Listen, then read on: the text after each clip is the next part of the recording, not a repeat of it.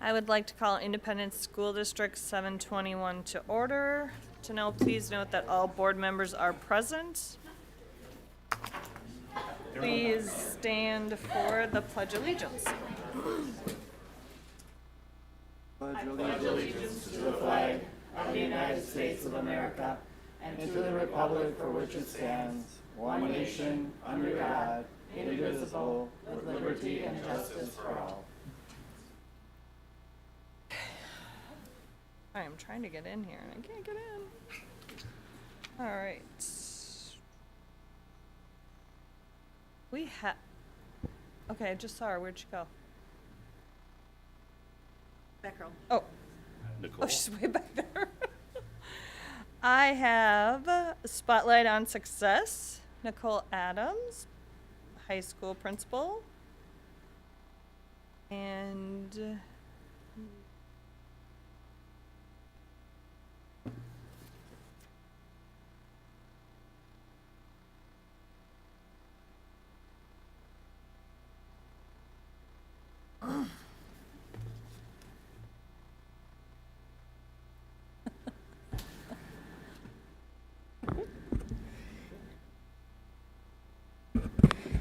Hi, good evening, and thank you for having us here tonight. I am very proud to be able to have you meet two of our outstanding students. Before I do, though, I just want to share, introduce you to them. I just want to share a little bit about context, and I want to share with you a little bit about the award they're receiving, but also the context in which they have received this award. First, I'll share with you a little bit about the National Merit Commended Student Award. Every year, about 34,000 commended students throughout the nation are recognized for their exceptional academic promise. Commended students placed among the top 50,000 students who entered the 2023 competition by taking the 2021 preliminary SAT National Merit Qualifying Test, that's the PSAT, last October. So this is a very small fraction of students who are able to meet this criteria. It's not just based on score, it's based on other criteria that the National Merit Scholarship Corporation deems appropriate. And so these two students that you're going to meet tonight are among a very small percentage of students who meet all of this criteria. Being named a commended student means that they have demonstrated outstanding potential for academic success. These students represent a valuable national resource, recognizing their accomplishments as well as the key role they play in their schools in academic development is vital to the advancement of educational excellence in our nation. We hope that this recognition will help broaden their educational opportunities and encourage them as they continue in their pursuit of academic excellence. I think it's also important to note that this year's senior class they've had a very tumultuous high school experience.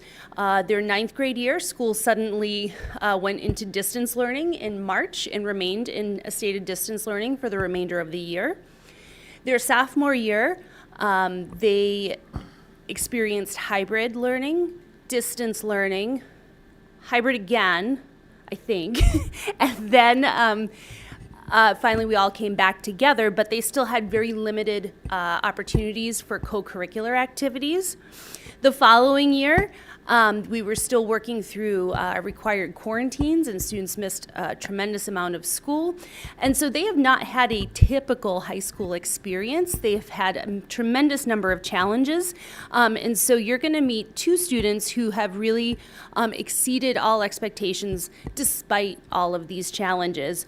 So I'm really pleased to introduce you to Jack Gillis, who is the son of Anthony and Susan Gillis of New Prague, and Micah Anderson, who is the son of Brian and Sarah Anderson of Elko New Market. They are two remarkable students, not just in terms of their academic performance, but in terms of their character and their participation in student life at New Prague High School. So I'm very happy that these two are able to be recognized this evening. All right, does the board have any questions for the? I would just love to hear what you guys are planning to do next and college aspirations or whatever you guys are having going on next. Just a little bit more about you. Might get closer to the mic. I haven't committed to a college yet, but I want to be a high school English teacher, so I plan to major in either literature or communication education. What's your short list for colleges? Right Or is it a now, long list, I should say? no, right now it's Luther College in Decorah, University of St. John's, and University of St. Thomas. All right. Jack? I am also undecided on my colleges, but I was planning to do something with math, statistics, something along those lines. All right. College short list is St. Olaf, University of Minnesota Twin Cities, University of Minnesota Mankato, and University of Wisconsin-Madison. All right, awesome. Congratulations on your honor. Yep. Very proud of you. Why don't you, No. Nicole, have him stand up here. We'll, Sure. let's give him applause.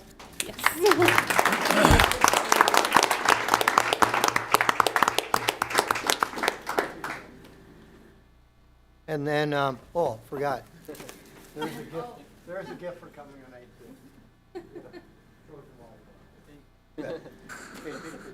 What? You might want to put him down for the picture. We don't get anything like that. We're lucky we got chairs.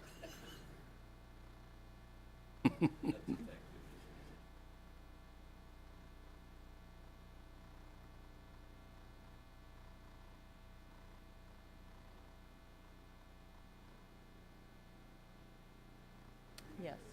John. Well done.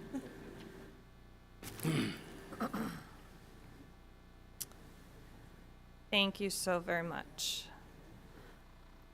Okay, board, we have 2 open forum speakers. First, do I need to read the rules? No. Okay, good.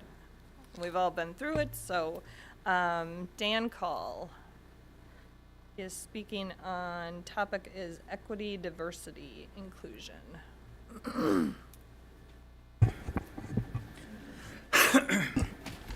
Hello, everyone. As you all know, my name is Dan Call. Last month, I spoke about the equity training that was required for teachers at the start of the school year. I appreciate the board responding and providing me the information associated with the training. Upon reviewing the training material, I provided a written memo to the members of the school board requesting this topic be included for discussion in this public meeting to publicly explain and defend your training. I must admit that I was disappointed but unsurprised when it didn't make the agenda today. The memo provided to the board explains critical race theory using quotes directly from the purveyors of this perverse ideology. The memo then goes on to clearly demonstrate that the New Prague School District is embracing critical race theory in its equity, diversity, and inclusion training and curriculum. In the past, the board has denied that we are supporting and promoting critical theory in our district. I don't see how we can continue with this fiction. In my memo, I challenged the board to publicly respond to the questions and principles that I outlined in public. I will quote some of your training and ask some of the questions from my memo during the remainder of my time. The quotes I have used have been described by the district as, I quote, anchored in education, it really gets at the heart of the matter and optimizes the equity commitment we have made as a school district. I understand that to mean that these principles are important to this board and that the board believes they are right. From the training, quote, redistribution principle. Equity involves redistributing access and opportunities at the most basic institutional level. This includes material access to things like learning materials, technology, health foods, and even healthcare. It also includes non-material access to higher order pedagogies, relatable curricula, and equity-conscious teachers. Members of the board, do you agree with the district equity, diversity, inclusion training that our educational opportunities and resources should be distributed on the basis of race in our district? Prioritization principle, another quote. The only way to redistribute access and opportunity is to prioritize the interests of students of color. Remember that in inequitable contexts, equality, attending equally to everybody's interests, reproduces equity. Members of the board, do you agree with the district's equity, diversity, and inclusion training that the interests of students of color should have a higher priority than the interests of our white students? According to Board Policy 206, The board chairperson may directly respond or recognize a board member to address these issues. Tammy, are you willing to explain why the board is promoting racial discrimination in our training? I'll take your silence as a no. The equity, diversity, and inclusion training and initiatives in this district are immoral. Your training advocates explicit racial discrimination. It violates District Policy 102, promising equal education opportunities in our district.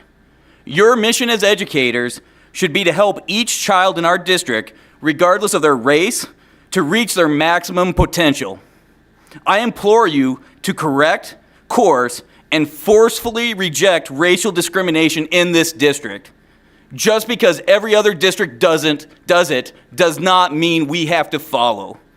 This form of the latest popular racial discrimination is going to do just as much damage as the last versions that we claim we are trying to fix.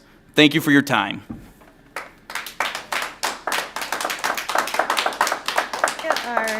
Our next speaker is Sergeant William Abbott.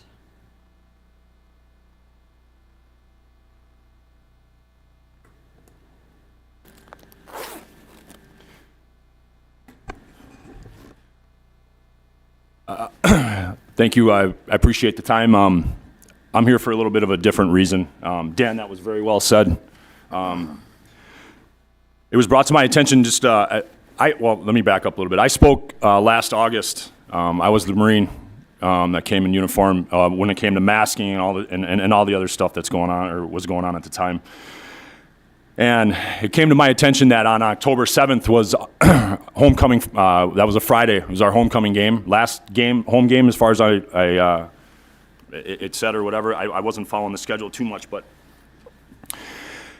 it went on. There was an email that was sent out that of proper rules or whatnot for you. But the one that kind of touched me the most was it was a USA themed night by the school. The school themed it USA Night. And then you guys turned around and banned the American flag. Now, I don't know what's going on or how that even comes into our minds to do. But then it went on to go forward to say you can't chant USA because there's a double meaning. Well, you know what? There isn't a double meaning. It means one thing and one thing only. United States of America. Okay? And to ban this flag right here, the one that you just stood up and pledged allegiance to. Now, if that isn't the definition of hypocrisy, I don't know what is. So you pledge allegiance to that flag, this one right here, and then you turn around and ban it. Why? Because it says it might offend our guests. Well, last time I checked, the only people we play in sports are people from this country that live here. So how is that going to offend somebody? And quite frankly, even if it does, this is the United States of America. I have friends, personally, that were in the Marine Corps with me that gave the ultimate sacrifice. They're no longer here today.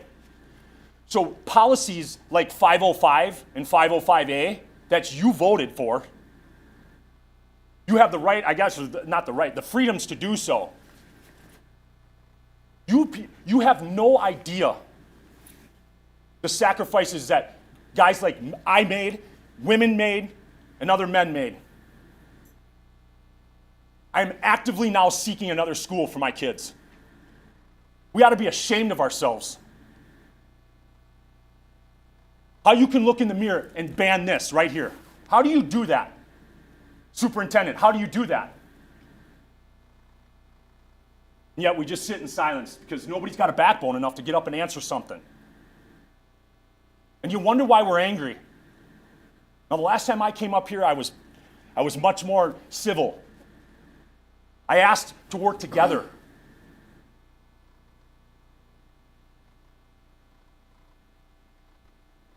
So, you have a pledge of allegiance to the flag or not? You can't have it both ways. It's one or the other.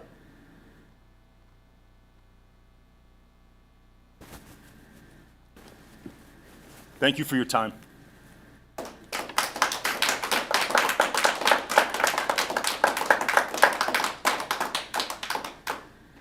Ew.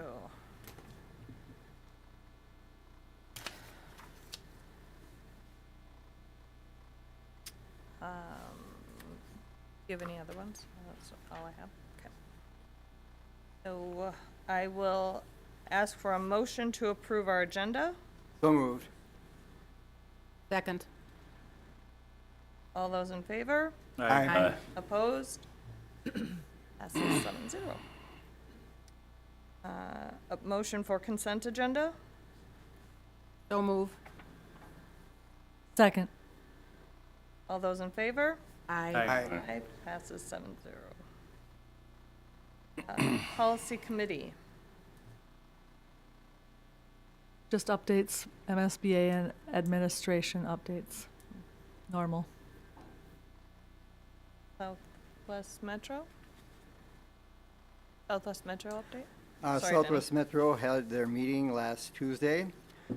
Things are going well at Southwest Metro.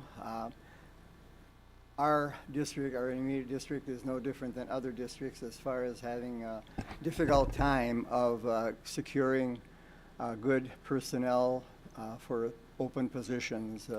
Special needs areas are very hard to fill, and we're working very hard in Southwest Metro to get all the positions filled. But it's a struggle for us at Southwest Metro and also many other school districts as well. We had a report on our coordinator that deals with the mental health program that we facilitate. It's a program that allows students to, from member districts, to go to school and also to get psychological therapy as well. And the program's going well. We're being successful as far as students being able to enroll in that program and being helped with their mental issues that they have. Other than that, it was pretty much a typical meeting, and Southwest Metro is doing well. Special ed? Yes, CPAC had its first meeting of the school year on October 4th. The minutes included discussion of what CPAC is all about, and what CPAC is all about is a forum for parents of special needs students to get together with the coordinators and the special ed director and to talk about issues that their students are having or programs that the students are involved in. And it tries to meet the needs of the parents in helping their students get as much positive help as they can for their special needs students. They talked about what is new in the school year in terms of different programs and also new people that have been hired on for the different positions in the special needs areas. The increasing enrollment trend, our special needs students numbers are increasing, and this is typical for our country as a whole, in Minnesota particularly, and we're finding that there are more students that need special services than we've had in the past. It's a number that's increasing. We talked about also focusing on topics that are coming up. We want to be as proactive as we can in CPAC, and being proactive means, seeing what kind of needs are out there of the parents in terms of what would be some of the topics that they would like discussed, and also who they could have as far as maybe some speakers in the future to discuss some of the programs and issues that are top on the level as far as the parents are concerned. Inclusivity was talked about as far as special needs students. The Inclusive Schools Week will be December 5th through the 9th. And inclusion of special needs students goes back a long ways. At one time, students were not included in the mainstream as much as they are now. And we've made a lot of headways in terms of including students in the mainstream programs, and we want to continue emphasizing that. We had an open forum where, by the way, this was held virtually too. The meeting was not in person, it was held virtually. So we had an open forum virtually where parents could bring up some of the issues that they themselves are dealing with, some of the things that they would like to have the administration in special ed deal with. So it was a good time for sharing some of the issues that they are seeing in terms of their students' particular needs. Tim talked about the levy and its impact on schools in general, but specifically on special needs areas. And then we talked about having our meetings scheduled, and I believe we have 3 meetings that are scheduled for the upcoming school year. Great. Questions? Thank you. Perfect.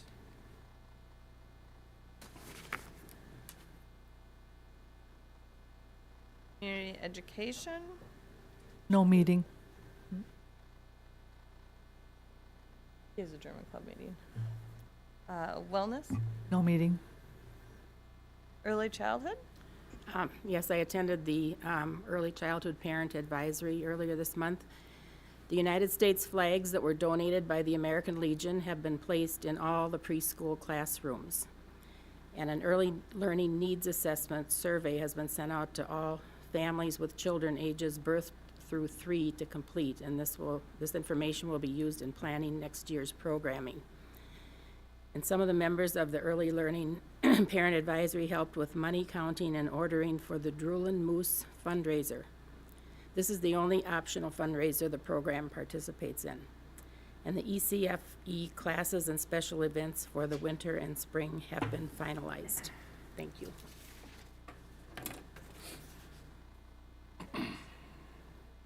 Fitness and aquatic. No meeting this last month. Brings us to superintendent good news. Yes. First off, referendum informational meetings. I've presented at 29, I would look at my calendar, the 29 meetings so far in the communities and within the schools. So just giving information what the facts are. I have 6 more this week and I'm pretty much done, I think. Never know. I've gone back to a couple employee groups that wanted me to come back and answer a few questions. So overall, guns very well. Saw Leo when we left the last board meeting. We had the marching band concert. Just kudos to the John Poland, our marching band director, and the kids. I had 100 students in the high school marching band perform, and they did a great job.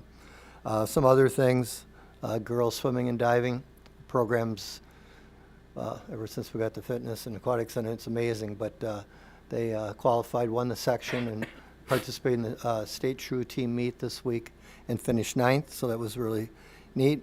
Volleyball seeded 1 in the section, start playing Wednesday, and boys soccer came away 1 game from state. They played in the section championship last week, and that was a really exciting time.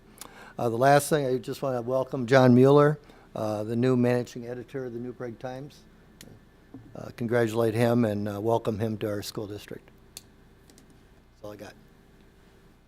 Tammy, could I have a minute to talk Absolutely. about one thing that I attended? Yes, go Okay. ahead. Mayo Clinic held a forum about a week ago, and different people from the community were invited to come to it. And basically what it was kind of an update of how Mayo health systems are working in the community that they are in New Prague, and also talking about the Mayo Clinic facilities that they have in other locations as well. And I got away from that meeting feeling very good about how New Prague is being served quite well by the Mayo Health System. We have programs at the hospital that are increasing in size as far as numbers of physicians that are being hired to handle these programs, and we're definitely not shrinking, we're increasing in services that the Mayo Health systems are providing for us. So I had a real good sense of the community being served quite well by the Mayo Health systems. Good. That's good. Right. Andy, approval for the audit report.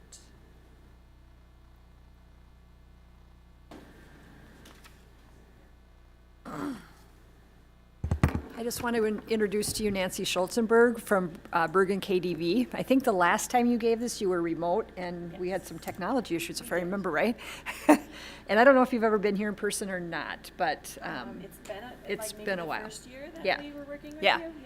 Yeah, so she's here tonight to give the audit reports. The actual reports didn't arrive on time, but everything that she's going to go over, is in the communications letter, and I'll get those hopefully tomorrow. Yeah, hopefully. Yeah, I okay. sent an email checking on their status, so good. I apologize for that. So, good evening, members of the board, administration. Thank you for giving me some time to go over the results of our audit. I'm going to start out tonight by talking about all of the letters that we issue in conjunction with the audit. And starting with the independent auditor's report. This is the most important communication that we have with you, and it houses the opinion that we're issuing on the financial statements, which is an unmodified opinion and the best that we as your auditors can offer. It is an indication that everything was fairly stated based on the results of our audit. And then in addition to that, we have several other letters that you'll find housed in the financial statements. First of all, a report in accordance with government auditing standards. So these standards are required for all school districts in Minnesota, and they require us as auditors to look closer at your internal control and also compliance with laws, regulations, contracts, and grants. And based on the work that we did have one internal control finding. It's not new for New Prague. It's the lack of segregation of accounting duties that is inherently there with the limited number of people that you have working in your business office. So it's a middle level finding. We have 3 levels that we can put those findings into, and the middle level is the most common for this finding across districts in Minnesota. So not something that I would recommend you correct completely, but just something to remain aware of as a board. And then we did not have any compliance findings related to those standards. Because the district received a significant amount of federal funds, we're required to look at some of those programs. So we tested in more detail your federal special education aid and also the education stabilization funds related to COVID and the additional aid that you received. The work that we did there, we're giving an unmodified opinion on compliance, so no instances of non-compliance noted, and also no internal control findings as it relates to that compliance. So based on the test work that we did, clean report. And then finally, the last official letter is in accordance with Minnesota legal compliance. So the Office of the State Auditor of Minnesota issues us a checklist that covers 7 broad categories of legal compliance, and it's very specific about the state statute that they asked us to test as they relate to accounting matters, and based on our work there, we did not have any findings or any instances of non-compliance as well. So really just the one written finding for the district, so congratulations on that. And then we have a communication letter, which is a separate document, and in there you'll see financial analysis, which we will cover tonight. There is a section titled Required Communication. These are things that our standards require us to put in writing to you as the governing board. It would be our tool if we had anything significant or unusual that we uncovered, or if we had any difficulties or disagreements with management. Happy to report that nothing in that section strays from our standard language. And then we have in the back of that document a legislative update, the latest from the state of Minnesota, and also some emerging issues that are government accounting standard driven. So a little light reading for you if you're having trouble sleeping or just enjoy reading. All right, so any questions on those letters or those reports? Okay, then we will I take...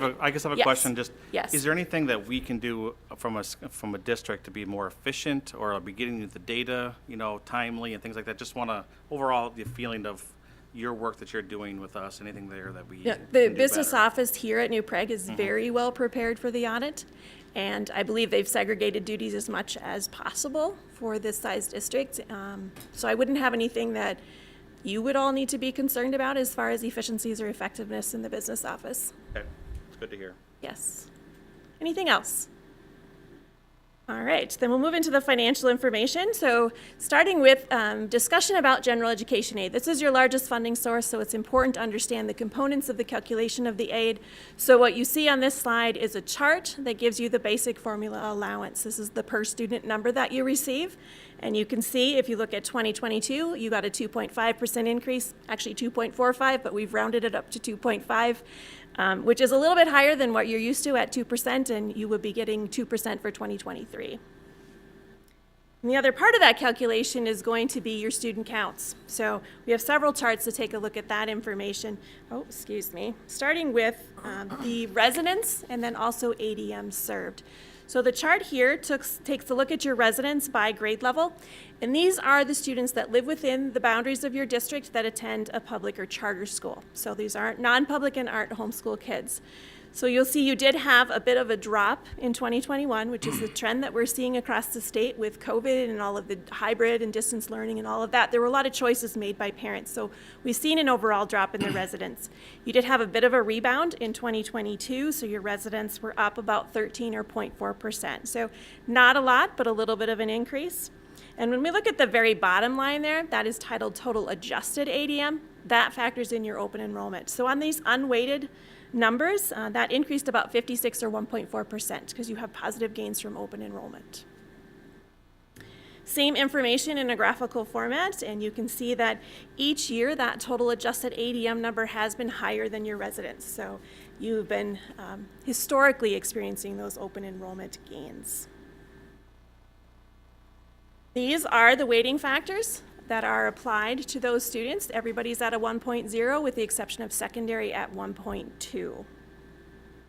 And then these are the numbers adjusted based on those weighting factors and open enrollment considered there as well.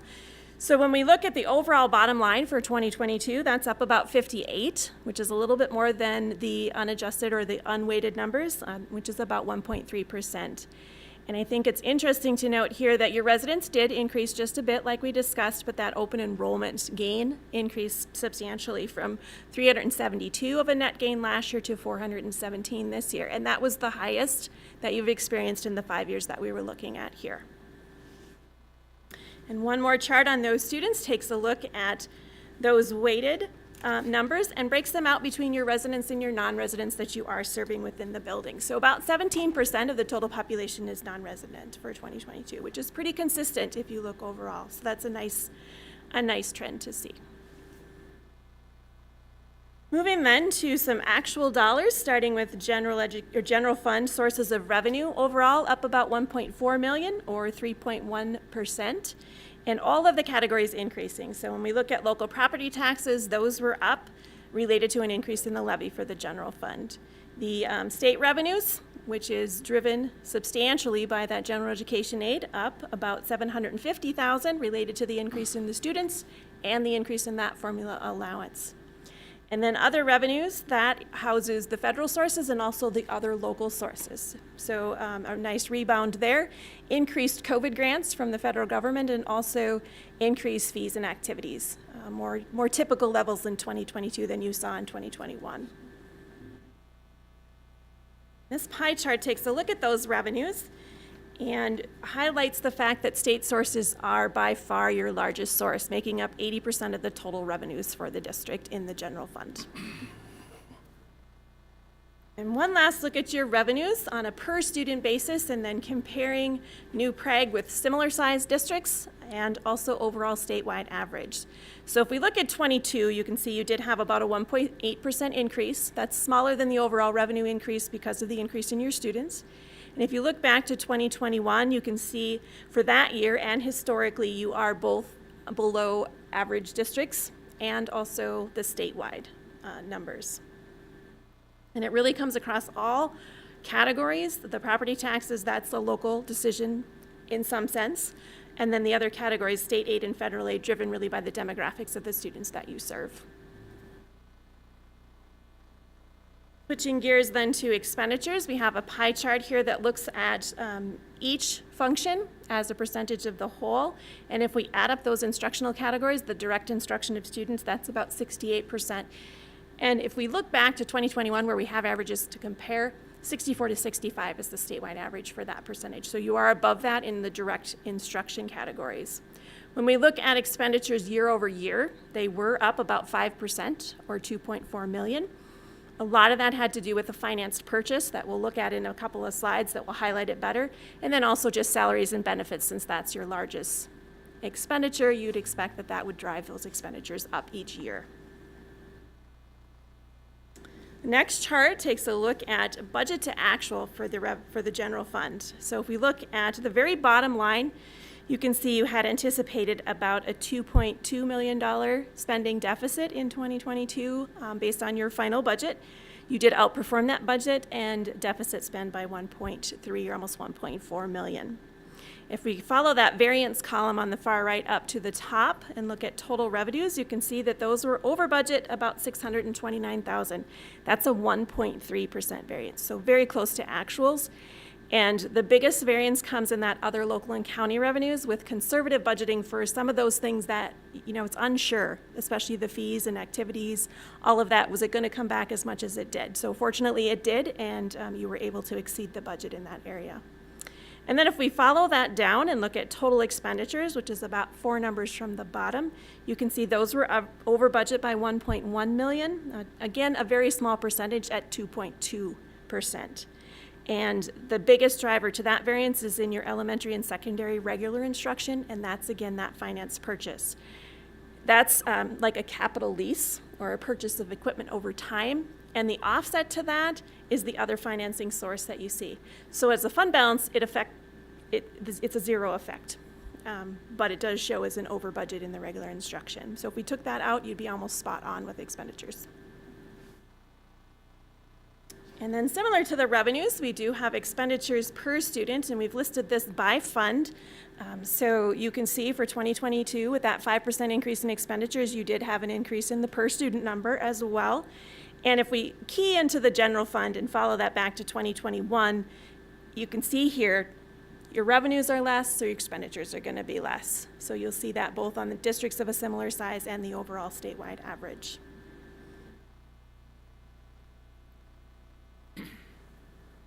Next chart pulls all of the information that we've already discussed into a very high-level snapshot of the general fund at June 30th. So we talked about the increase in revenues and expenditures and that other financing source, the overall decrease of about 1.38 million related to operations. So ending the year at 6.4 million in fund balance. The bottom portion of this chart does take a look at the categories of that fund balance.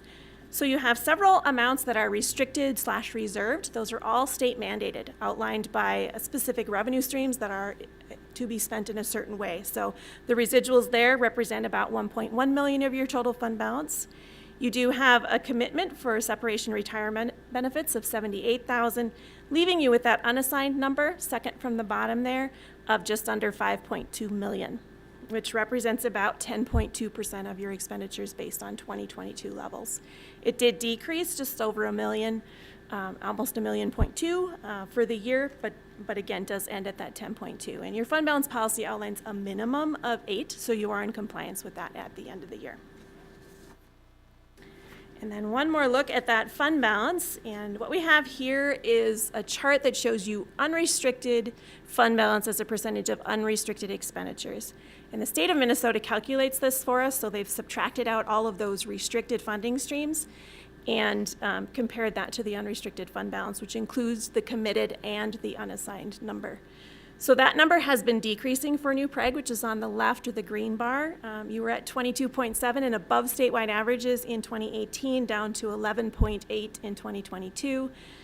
Overall, we've seen some decreases in fund balance, not substantial decreases, so I would anticipate that that would still going to hover right around that 20% for state averages, which is where it's been for probably as long as I've been doing this. So, questions on the general fund at all? All right, so then I just have 2 more charts that take a look at your special revenue funds. Food Service Fund had an unusual year. Revenues were up 85%, expenditures up 42%. So a couple things going on in the revenues. First of all, you had an increase in students. They were in school a little bit more than they were the previous year.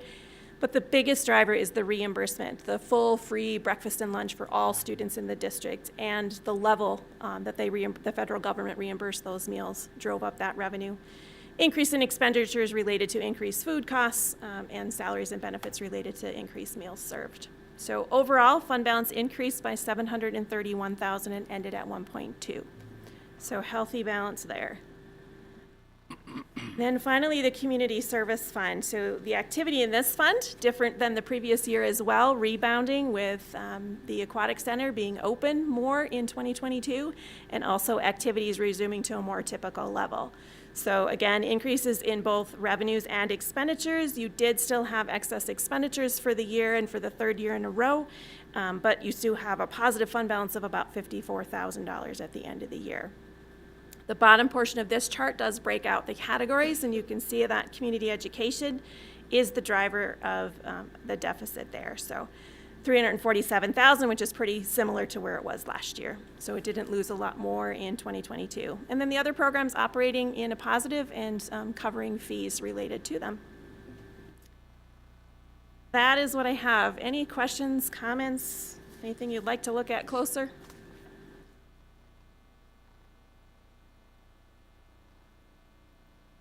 No, nothing for me. My only comment was, it reinforces, I think, some of the stuff that we've been discussing the last few months about the efficiency of how, the cost per student and things like that in our district compared to other districts. So, and the need there. So that was my only comment. And the efficiency that we run our district. So we're not. And also, our reserves are healthy, but we need to make sure that they stay in that healthy Right. range.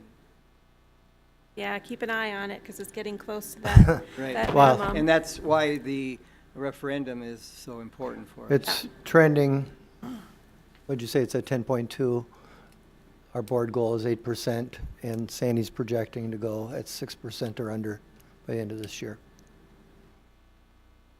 Good information to share with the public, right? I think I have been. I think he's done that. a few The times. 29 meetings? This is great information. I mean, no one likes an audit. Doesn't matter who you are, but this is great information. It brings us all in line, puts us, checks and balances. And I know that, like you said, we are a small district, and I'll take the finding. So, Yeah, it's very, very, very common. I just want to also recognize Sandy Lynn and Business Office for all the work they do up front for getting that information, and Nancy and her crew. So it takes a lot of work. Right, and a big thank you from us too for Sandy and her team. All right. well, and I know, I believe you and I talked. Yes. And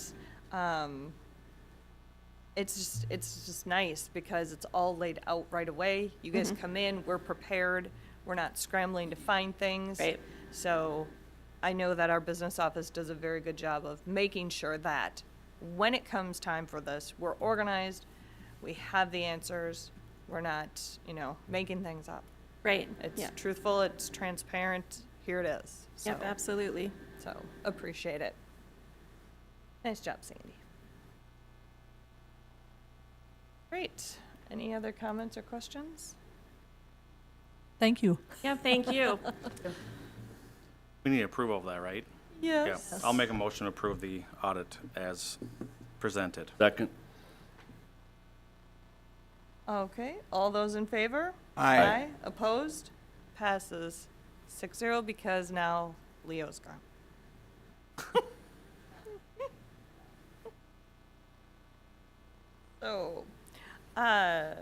So in the last couple of weeks, we did a superintendent evaluation, and I am here to give you some good news. So overall, between the administration and the board, Superintendent Dipburner rated a 4.5 on a highest of 5 overall, so that's great.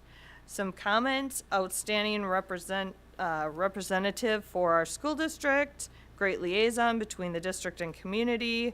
He works very hard to maintain those relationships and keeps open lines of communication, and I cannot disagree with any of those comments. So, it was a great evaluation on both the board and administration, so thank you all for participating. Greatly appreciate that.